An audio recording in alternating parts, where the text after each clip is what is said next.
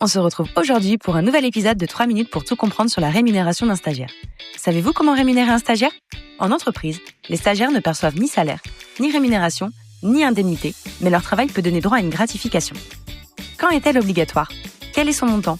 Et quelles sont vos obligations en tant qu'employeur ? On fait le point. D'abord, mettons les mots au clair. On ne parle pas de salaire, mais de gratification.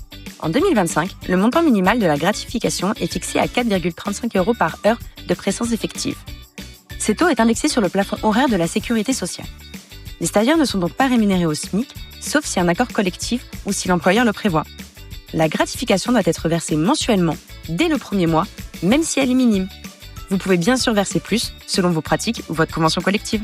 Elle devient obligatoire lorsque le stage dure plus de 2 mois consécutifs ou si le stage n'est pas continu. Alors la gratification devient obligatoire à partir de la 309e heure. En dessous de ce seuil, vous pouvez verser une gratification facultative, mais rien ne vous y oblige. La gratification de stage bénéficie de régimes avantageux pour l'entreprise et pour le stagiaire. Côté employeur, la gratification est exonérée de cotisations sociales tant qu'elle ne dépasse pas le montant minimal légal, soit 4,35 € par heure en 2025. Au-delà, seules les cotisations sociales sont dues sur la part excédentaire. Côté stagiaire, la gratification est exonérée d'impôt sur le revenu, dans la limite du SMIC annuel.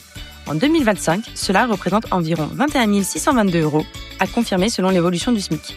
Concrètement, si la gratification annuelle reste en dessous de ce seuil, le stagiaire n'a rien à déclarer. Au-delà, seule la part excédentaire est imposable. Envie d'aller plus loin ?